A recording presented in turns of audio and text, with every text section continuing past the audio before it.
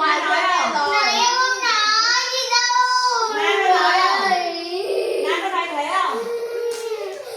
Con không nói chứ tao nói tao bay. Tao không hỏi mày im mồm. Ngoan có nói thế không đâu? Hỏi Ngoan có nói thế không? Dạ không, chị đâu nói là chết rồi chị biết. Nên Su ăn nói liên viên nằm xuống. Im mồm. Chị nào có nói là không thở được. Ai? Chị nè. Sao mà không thở được? Con trai nhiều. Mày bỏ cái tay ra mày